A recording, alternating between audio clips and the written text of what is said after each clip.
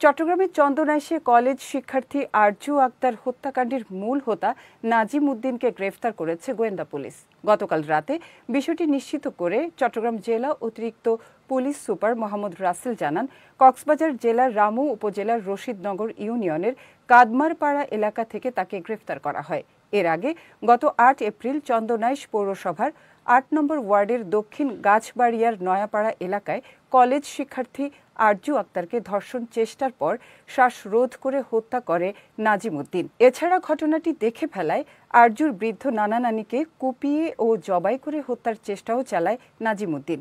তারা বর্তমানে চমেক হাসপাতালে চিকিৎসাধীন রয়েছেন। আমরা গোপন সংবাদের ভিত্তিতে জানতে পারি এই আসামি দ্রুত পালিয়ে গিয়ে কক্সবাজারের কোনো একটা জায়গা অবস্থান নিয়েছেন। আমরা সেখানে তাৎক্ষণিক আমাদের টিম নিয়ে অভিযান শুরু করি এবং সেখানে কক্সবাজার জেলা পুলিশ আমাদেরকে বিভিন্ন অপারেশনে সহায়তা করেন। এক পর্যায়ে আমরা জানতে পারি যে আসামি রামু থানাধীন দুর্গাম পাহাড় এলাকায় রশিদনগর সেখানে অবস্থান নেন। আমরা কক্সবাজার থেকে দ্রুত সেখানে অবস্থান নেই এবং গোপন সংবাদের ভিত্তিতে গতকাল গভীর রাতে তাকে আমরা গ্রেপ্তার করতে সক্ষম হই।